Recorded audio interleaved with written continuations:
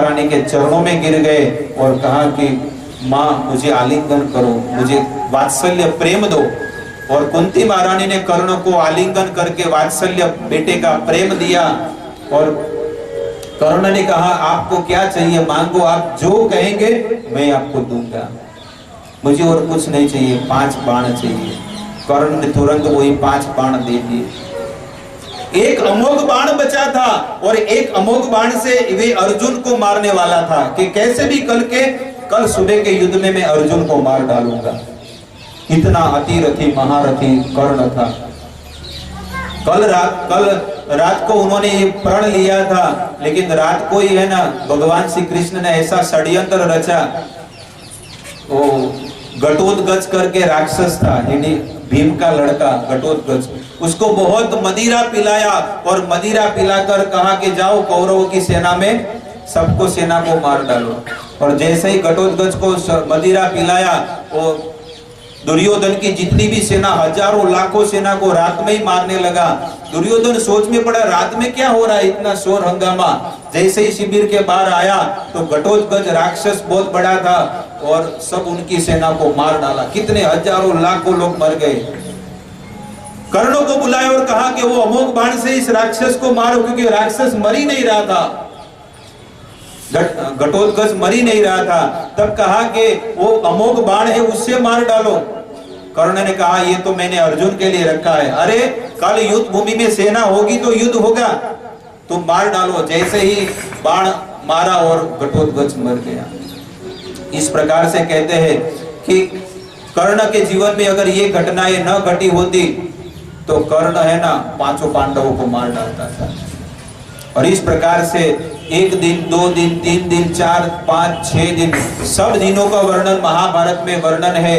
जब 8 दिन हुए तो दुर्योधन को इतना क्रोध आया, दुर्योधन को बहुत ही क्रोध आया और पितामह भीष्म की शिविर में जाकर कहा कि हे पितामह आप हमारी ओर हैं, लेकिन युद्ध तो आप पांडवों की ओर करते हैं, क्योंकि मुझे इतना पता है कि आप एवरीडे प्रतिदिन 10,000 महारथियों को मारते हो, तो आज तक 5 पांडवों में से एक भी नहीं मरा है।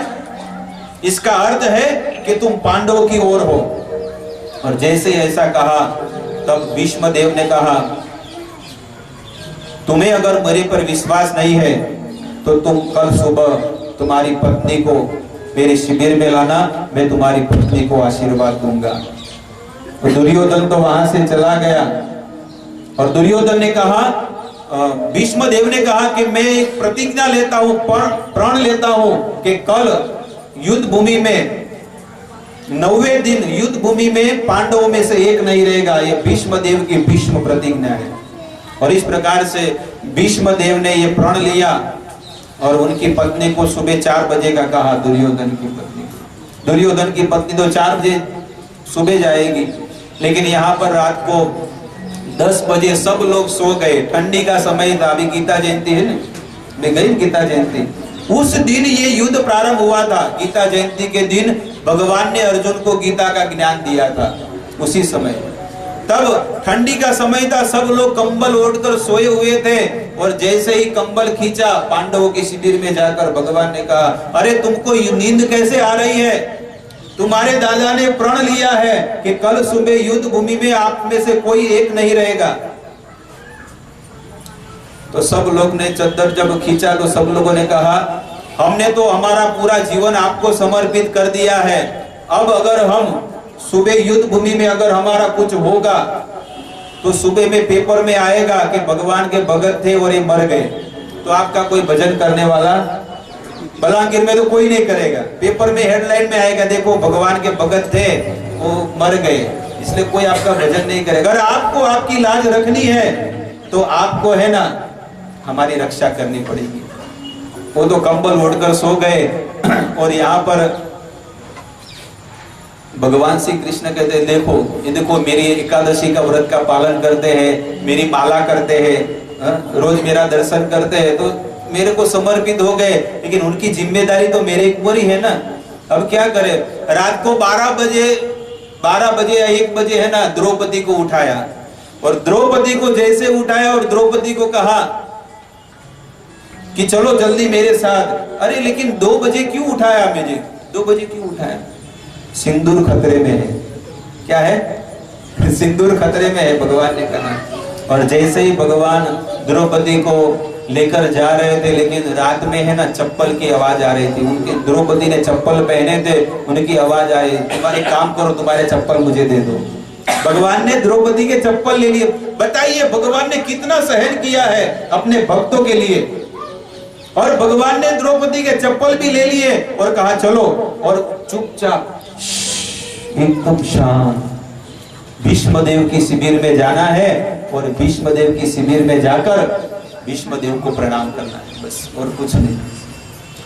वहां पर क्या कहा था कि 4 बजे तुम्हारी पत्नी को बुलाना, लेकिन यहाँ पर 2 बजे प्लान भगवान ने कर दिया। इसलिए भगवान कहते हैं ऐसा षड्यंत्र रचा। भगवान ने द्रौपदी को कहा जाकर, भीष्मदेव तो ध्यान में बैठे होंगे, तुम जाकर उनको प्रणाम कर देना। जैसे ही द्रौपदी भीष्मदेव की शिविर में गई और भीष्म पितामह ने आशीर्वाद दे दिया, अखंड सौभाग्यवती भव, द्रौपदी को कहा। जैसे ही भीष्मदेव ने आंख खोली कि चलो दुर्योधन की पत्नी आई होगी, लेकिन कौन था? द्रौपदी थी। और द्रौपदी थी तो द्रौपदी तुम यहाँ पर? हाँ, मेरा सेनापति मुझे लाया। सेनापति कौन है मुझे देखना है तेरा तेरा सेनापति कौन है मुझे देखना है। और जैसे ही सेनापति तो काला काला कंबल ओढ़कर आए थे और आंख केवल दिख रही थी, बस आंख दिख रही थी और कुछ नहीं दिख रहा था।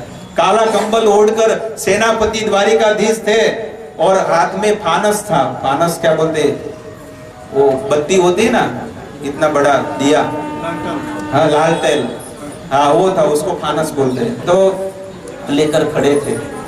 लेकिन भीष्मदेव है ना, भीष्मदेव जो भगवान का ध्यान कर रहे थे ना, तो उनको ध्यान में कौन आ रहा था मालूम है? ये काला फानस वाला, ये काला कंबल वाला ही आ रहा था। ऐसा ही दर्शन हो रहा था। तो इस प्रकार से कहा कि ये दर्शन तो अभी मैं कर रहा हूं, ये कौन है मुझे देखना है। इतना कंबल नीचे उतारो तो कौन है? और जैसे ही भीष्मदेव ने कहा कि तुम्हारा कंबल नीचे उतार, मुझे देख रहा है कि तुम कौन हो, लेकिन भगवान शर्म के मारे अपना कंबल नहीं निकाले, जल्दी से उतारो। तब जैसे ही भीष्मदेव ने कहा, भगवान ने धीरे धीरे अपना कंबल नीचे उतारा। हे केशव, तुम तो बहुत जिद्दी हो। हे कृष्ण, तुम जो ठानते हो ना, वो कर ही रहते हो।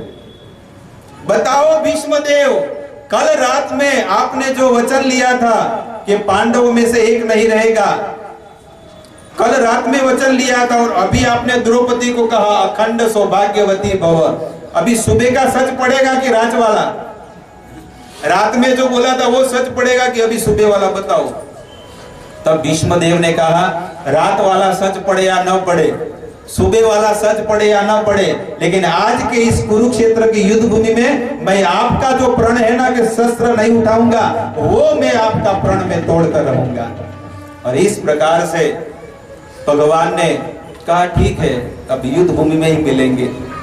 और उस दिन भीष्मदेव ने प्रण ले लिया कि आज मैं भगवान के हाथों में मर जाऊंगा।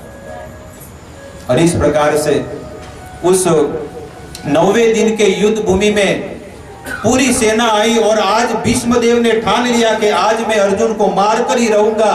और भीष्मदेव ने धमासार, जैसे एक पंखा चलता है ना, ऐसे फटाफट एक के बाद तीर मारने लगे, भाले मारने लगे। और उस दिन ऐसी ठंडी में अर्जुन को पसीना छूटने लगा। और जैसे ही भीष्मदेव ने एक अमोघ तीर बाण जोर से अभिमंत्रित करके अर्जुन को मारने ही जा रहे थे, और उसी घड़ी भगवान ने सोचा कि ये जो तीर है वो अर्जुन का मस्तक उड़ाकर लेकर जाएगा। भगवान ने चारों घोड़ों को नीचे जमीन पर पटक दिया, और वो तीर जो है ना, अर्जुन का मस्तक तो छोड़ दो, लेकिन मुकुट उड़ाकर छोड़ दिया। और इस प्रकार से अर्जुन की रक्षा की भगवान ने। लेकिन भगवान को बहुत ही क्रोध आया, क्योंकि आज न जाने उन्होंने कितना बहुत दुखी किया अपने भक्त को भीष्मदेव ने। तब रथ में से कूद गए, और कूद कर, क्योंकि वो रथ भी तोड़ दिया था भगवान का, और वही टूटा हुआ जो रथ है ना, उसका चक्का लेकर भीष्मदेव आज भगवान श्री कृष्ण आज भीष्म की ओर जा रहे हैं और भीष्मदेव ने अपने अस्त्र शस्त्र छोड़ दिए कि आइए केशव, आपके हाथों अगर मेरी मौत हो तो मैं इस पूरे ब्रह्मांड का सबसे भाग्यशाली जीवात्मा हूं। और इस प्रकार से भीष्मदेव ने अपने शस्त्र नीचे रख दिए। लेकिन अर्जुन रथ में से नीचे उतरे और नीचे उतरकर भगवान केशव को कृष्ण के चरणों में गिर गए और कहा कि हे कृष्ण, आपने तो वचन लिया है कि आप युद्ध भूमि में शस्त्र नहीं उठाएंगे। तब भगवान की आंखें लाल हो गई, नहीं अर्जुन, अगर तुम नहीं मारोगे तो मैं मारूंगा। तब अर्जुन ने कहा मैं मारूंगा, मैं मारूंगा, आप मेरा रथ चलाइए, मैं मारूंगा। और उसी घड़ी शिखंडी जो अम्बा जो मरी थी ना, वो शिखंडी बनकर भगवान के उस रथ में खड़ी है शिखंडी। और यहाँ पर भीष्मदेव ने अपने शस्त्र नीचे रख दिए और एक के बाद पूरे शरीर में एक बाण मार दिए, पैर से लेकर मस्तक तक पूरे बाण मार दिए और भीष्मदेव धराशायी हो गए जमीन पर। और जैसे ही भीष्मदेव धराशायी हो गए, युद्ध भूमि का शंख फूंकने लगा। संध्या का समय हुआ और शंख फूंकने लगा। जैसे ही शंख फूंका, पूरी सभा शांत हो गई और सब लोग भीष्मदेव के पास आए।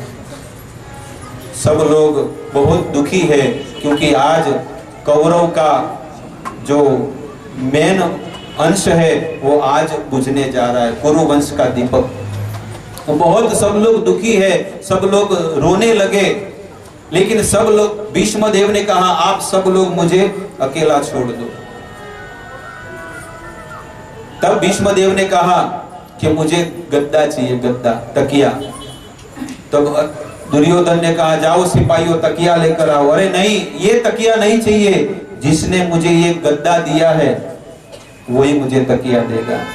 तब अर्जुन ने 3 बाण अभिमंत्रित करके यहाँ पर भीष्मदेव के मस्तक पर मारे और इस प्रकार से भीष्मदेव वहां पर बाण सैया पर सोए हुए हैं। और जब सूर्य अस्त हुआ तो सब लोगों को कहा कि आप अपने अपने घर पे चले जाइए, अपने अपने शिविर में चले जाइए। दुर्योधन ने कहा मैं नहीं जाऊंगा। दुर्योधन, पूरा जीवन तूने जो कहा मैंने कहा, अब अंत समय में मैं जो कह रहा हूं वो तुझे करना पड़ेगा। पूरा जीवन मैंने तेरा कहा माना, अब मैं यही चाहता हूं कि तू ये जगह छोड़कर चला जा। बस दुर्योधन तो धीरे धीरे चला गया और भीष्मदेव ने माँ गंगा को याद किया। और जैसे ही गंगा माँ को याद किया, माँ गंगा ने जमीन में से गंगा जल की धारा भीष्मदेव के मुख में जैसे डाली। क्योंकि अंत समय में है ना, प्यास बहुत लगती है हर जीव को। और इस प्रकार से भीष्मदेव बहुत ही प्रार्थना करने लगे कि आपने जो कहा था वैसा मैंने मेरे जीवन में किया, अब मैं ये मेरे प्राणों का मैं अंत करना चाहता हूँ। और इस प्रकार से भीष्मदेव 56 दिन तक, कुंती महारानी ये पूरी स्तुति करती है कि 18 दिन के युद्ध में जो जो घटनाएं हुई है ना, वो पूरी घटना याद करती है। और इस प्रकार से भीष्मदेव की वो स्तुति कि भीष्मदेव भगवान को स्तुति करना चाहते हैं। कुरुक्षेत्र का जो युद्ध जो बचा हुआ है, जो कुछ लीलाएं बाकी है, वो कल हम सुनेंगे। लेकिन आज भीष्मदेव की जो स्तुति सुनेंगे कि भीष्मदेव ने 56 दिन तक उस कुरुक्षेत्र की बाण सैया पर वहां पर सोए हुए थे रणभूमि पर। और जब पूरा युद्ध समाप्त हो गया 18 दिन का, तब भीष्मदेव वो दिन याद करने लगे कि आज के दिन ही मुझे अपने शरीर का, प्राणों का अंत करना है। क्योंकि उस दिन 14 जनवरी उत्तरायण के दिन भीष्मदेव ने अपने शरीर का अंत लाया था। भीष्मदेव ने सोचा कि सूर्य की गति उत्तर की तरफ जिस दिन जाएगी उस दिन में मेरे प्राणों का अंत करूंगा। और शास्त्र हमारा ये कहता है, अगर उत्तरायण के दिन अगर किसी की मृत्यु होती है, क्या कहते हैं, पतंग क्या बोलते हैं, मकर संक्रांति। हाँ, मकर संक्रांति के दिन अगर कोई मरता है, किसकी मृत्यु होती है, तो वो ऊर्ध्व गति की ओर जाता है। लेकिन कभी कभी आपको ये प्रश्न होगा तो कि दक्षिणायन में अगर कोई मरता है तो कोई अगर भक्त अगर कोई शरीर त्याग करता है तो निश्चित उसकी सदगति होती है। दक्षिणायन उत्तरायण कैसा होता है मालूम है? 14 जनवरी से पहले का जो 6 महीने जो होता है ना, उसको दक्षिणायन कहते हैं, और 14 जनवरी के बाद जो 6 महीने होते हैं उसको उत्तरायण कहते हैं। सूर्य की गति उत्तर की तरफ जाती है, इसलिए उसको उत्तरायण कहते हैं। इसलिए आप देखिए कि दक्षिणायन में जो जितने भी लोग शरीर का त्याग करते हैं, निश्चित अगर भजन नहीं किया है तो उसकी अधोगति निश्चित होगी, शास्त्र ये हमारा कहता है। लेकिन जो भगवान का भजन करता है उसकी जो आत्मा है ना, आंखों से निकलती है। गरुड़ पुराण आप पढ़िए, गरुड़ पुराण में पूरा वर्णन किया गया है कि अगर मल विभाग में से और मूत्र विभाग में से अगर किसी की आत्मा वहां से निकलती है तो निश्चित गारंटी के साथ वो जीवात्मा नरक का अधिकारी है। और कितने सारे लोग सब नरक में जाते हैं मर मर के। जो जिसकी कमौत होती है, जहर पीकर मरता है, आत्महत्या करता है, एक्सीडेंट हो जाता है, ट्रेन में कट के मर जाता है, वो निश्चित वो उसकी अधोगति होती है। लेकिन अगर कोई भक्त जिसने भजन किया है तो उसकी दोनों आंखों में से आत्मा निकलती है, या यहाँ से तालू में से निकलती है। 9 द्वार है हमारे शरीर में, और 9 द्वार में से उस भक्त की या जीवात्मा की आत्मा निकलती है। और जहां जो स्थान में से निकलती है तो समझ लेना चाहिए कि कौन सी गति उसकी हुई है। तो इस प्रकार से अगर आंख में से निकलती है आत्मा तो वो ऊर्ध्व गति होती। किसी का मुंह खुला रहता है, मालूम है, कोई मर जाता है ना अंत समय में उसका मुंह खुला है तो निश्चित उसकी अधोगति हुई है। इस प्रकार से शास्त्र में पूरा वर्णन किया गया है। तो भीष्म देव ने सोचा कि अब मुझे मेरे प्राणों का अंत करना है, और उस दिन सुबह में 4 बजे भगवान श्री कृष्ण ध्यान में बैठे हुए हैं। तब युधिष्ठिर महाराज ने कहा कि पूरा संसार तो आपका ध्यान कर रहा है, आपका भजन कर रहा है, लेकिन आप किसका ध्यान कर रहे हो? तब भीष्म